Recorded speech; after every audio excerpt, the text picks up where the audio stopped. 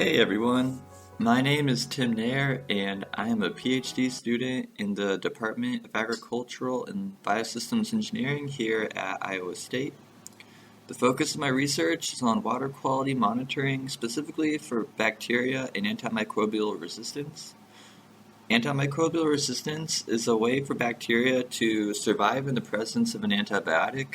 It fits the framework of the One Health concept, where human medicine, veterinary medicine, and environmental health are interconnected instead of being treated independently.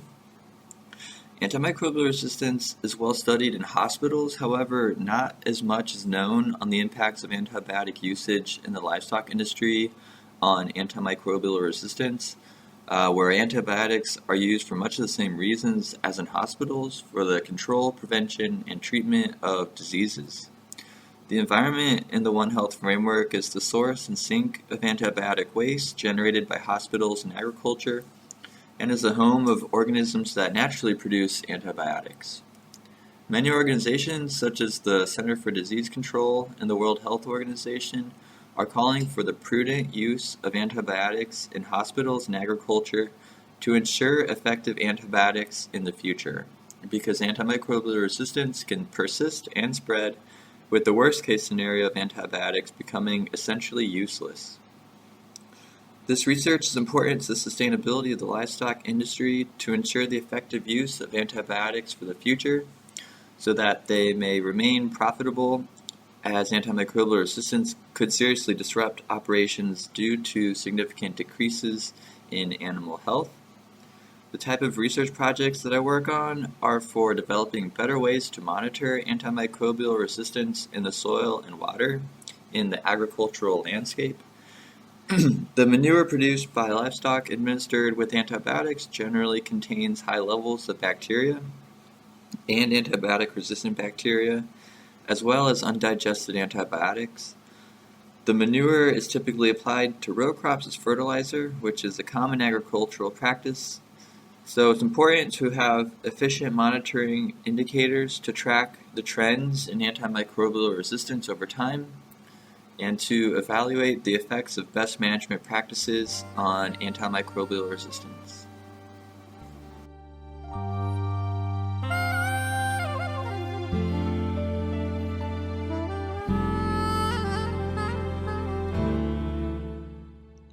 My name is Charlie Labuzzetta. This is my fourth year studying statistics and environmental science as a co-major PhD student. In this short presentation, I'm going to briefly describe one of my research projects. Best management practices for soil and water conservation are key strategies for reducing soil erosion and controlling nutrient runoff. These practices, which I refer to as BMPs, include structural and vegetative features such as grassed waterways, terraces, pond dams, and water and sediment control basins, or WASCOBs. Currently, we have few detailed records that have tracked the patterns of BMP use over time. If we can geographically map the use of these BMPs, we can more effectively study their impact and prioritize future installations. Studies have shown that conservation efforts can make the greatest impact when BMP use is targeted. The Iowa BMP Mapping Project has taken an initial step in mapping the use of BMPs in Iowa. They have finished their first database of several BMP types that were installed in Iowa's fields between 2007 and 2010. Scientists used aerial imagery and LiDAR-derived products to hand digitize these BMP maps, which include over 1 million features in total. In this zoomed-in image, we can see examples of these features, showing terraces in blue, grassed waterways in yellow, pond dams in red, and wascobs in white. This was a very tedious and expensive task, taking over 4 years to complete, so it would be great if we can automate a method of monitoring these BMPs. So that's where my research comes in. I am currently experimenting with deep learning methods such as convolutional neural networks to see if we can automate the process of locating BMPs throughout Iowa. We have made progress in segmenting these images to recognize these BMPs at the pixel level, My experiments have included testing methods to incorporate LiDAR products into the model, improving sampling techniques, and comparing various loss functions in order to better train these deep learning models. I hope that these experiments will assist in the automation of monitoring the use of BMPs across the Midwest. Ultimately, automating this process will help us more efficiently understand the trends of the use of BMPs over time and prioritize future conservation efforts.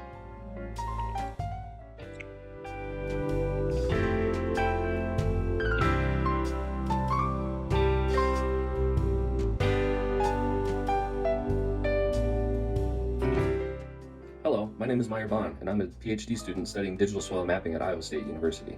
My specific objective is to map key soil properties that differentiate function and productivity across the physiographic region of the Des Moines lobe in Iowa. These target properties are soil organic matter, soil texture, and depth of water table. The Clarion-Nicollet-Webster Soil Association, from which these properties differentiate, covers 97% of this region.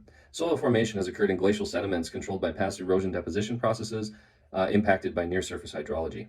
My hypothesis is that my specific set of digital soil mapping methods can produce maps with greater accuracy and spatial resolution than the best available soil maps provided by the NRCS Soil Survey Geographic Database. Now I'll lay out some important reasons for mapping these properties. One, as a soil geographer, I care about these properties because they're easily mappable across large extents and are relatively stable. These processes that are impacting soil properties in terms of erosion and deposition, as well as the impact of near-surface hydrology, mean that these soils are easily differentiated by topography. Another reason why these properties are relevant is because they're important for soil productivity and function, or usability. In Iowa, we've developed a corn suitability rating to give an index as to how productive these soils will be, mainly based on organic matter texture and drainage. Furthermore, these properties are important for agricultural management and modeling, especially for site-specific precision applications. These properties are important for pedal transfer functions, which can calculate different hydrologic measures, such as infiltration, storage, capacity, and also nutrient storage and cycling. The need for enhanced soil survey maps and the problem we have is that site-specific sampling and mapping can be very expensive, and oftentimes researchers must rely on Surgo data to get their baseline input data for modeling and different applications. Unfortunately, these data are outdated and lack the spatial detail necessary for precision management. There are three major reasons for improving soil maps. One is soil change. In Iowa, the average county soil survey is over 30 years old. And over the past half century, intensive agriculture and drainage have significantly altered soil organic matter, texture, and water table depth. The next reason being is antiquated technology. Traditional soil maps were made by overlaying paper base maps of topography, geology, and aerial photographs and drawing lines in accordance with field observations. Mental models gained from field experience were semi-quantitative and rarely documented, often only as soil block diagrams. Lastly, these maps are too coarse of resolution. The average map delineation in central Iowa is about 10 acres. Yet well-drained soils can occur tens of meters away from poorly drained soils. Although these soils require dramatically different management strategies, the soil maps generalize this detail variability. So my digital soil mapping solution comes from integrating geographic information systems, remote sensing, and machine learning to quantitatively describe environmental soil forming factors and create predictive spatial models at high resolution to capture site-specific soil variability. One such example is the topographic wetness index, a measure of the degree of soil drainage. Note the fine variability of the index within the coarse delineations of the current soil survey, outlined in white.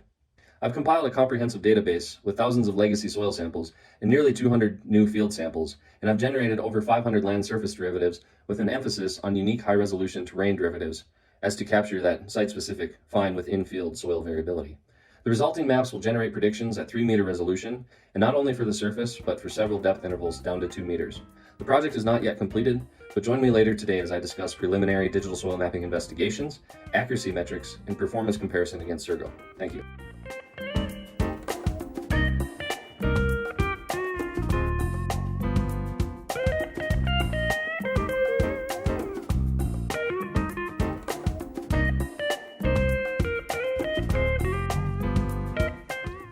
Each year in the Midwest, around 75% of the arable land is planted with just 2 annual crops, corn and soybean.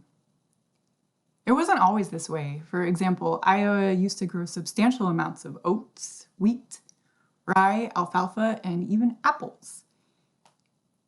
It also had large expanses of native prairie and wetlands and woodlands.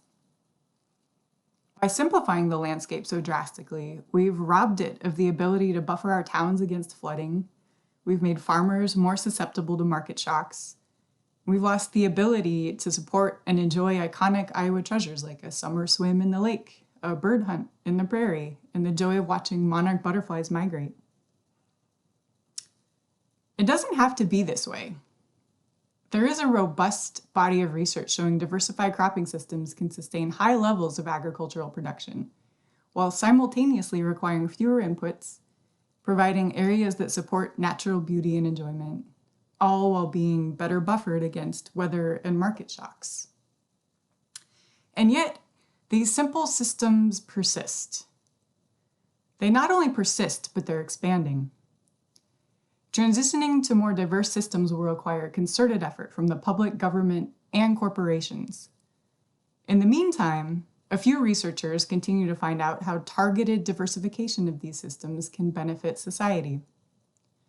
For my PhD, I've looked at the agronomic implications of diversification. I've looked at the effects of perennializing the corn-soybean systems by adding a winter cover crop, and also of extending the corn-soybean rotation to include more functionally diverse crops. For example, I've found that by extending the corn-soybean rotation to include crops that have a different planting date, on average, there are about half as many weeds that need spraying in the field. So this prolongs the useful life of herbicides and also reduces the need for more toxic measures. I've also found that when corn is grown in longer rotations, its root system is deeper and more absorbent, which makes it better buffered against dry spells. So when the US decides to prioritize the well-being of its farmers and their communities, as well as the natural resources that agriculture depends upon, there will be science ready and waiting to support it.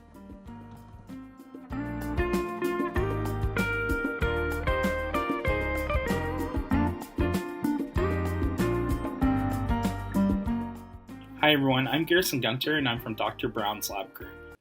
Now you don't have to look far to find evidence of the prevalence of plastic in today's world. As a matter of fact, you might be even harder pressed to find an object in the room you're in that is not at least somewhat composed of a polymer product. Just to get a quick idea of the scope of the problem posed by plastic, 300 million metric tons of plastic are produced annually, 20 million metric tons of plastic enter aquatic ecosystems every year. Plastic is harmful in many different ways to wildlife, and many polymers take hundreds if not thousands of years to break down naturally. Long story short, plastic accumulation in the environment is a serious problem, and if we do not begin to address it, we will soon be drowning in plastic like gold coins in a Scrooge McDuck-style vault. Now, further complicating this issue is the reality that current plastic waste management methods are not adequate responses to this problem. Landfilling has problems with waste containment and is only a temporary solution to a long-term problem. Incineration can generate energy, but it can also release harmful dioxins, halogens, and phthalates to the atmosphere. So how exactly can we seek to solve this problem? Well, if recycling is the first answer that comes to mind, you're on the right track, but you might not know the challenges that plastic recycling faces. For instance, plastic recycling is more costly than just creating a new piece of plastic. It's a highly labor-intensive job, as plastic must be sorted by both type and dye color, and recycled products become less durable each recycling cycle. Therefore, new avenues of plastic recycling must be explored.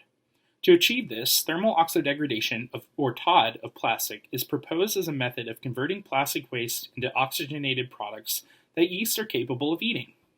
In TOD, plastic is broken down with heat and then oxidized to create smaller hydrocarbon chains and other oxygen-containing compounds. Now, these are the common products formed when plastic breaks down naturally. However, it takes place over a matter of minutes rather than centuries. An added benefit of TOD is that oxygen catalyzes the breakdown of plastic, so it occurs much more readily than just thermally degrading plastic. This makes the process less energy-intensive and more economically attractive as a waste management solution. Now, I know what you're thinking. You've managed to convert plastic into products that can be consumed by yeast. So what? How does this help solve the problem of plastic in a sustainable way? Well, in addition to getting rid of plastic waste without needing to landfill it, yeast can be utilized as an emergency macronutrient source. In fact, yeast is already used in a commercially available food product in Vegemite, which many Aussies love to spread on their toast every morning. Such a product can be utilized as a quick source of nutrition for disaster relief situations or by military personnel around the world running low on rations. Today's trash could become tomorrow's lunch. Thank you.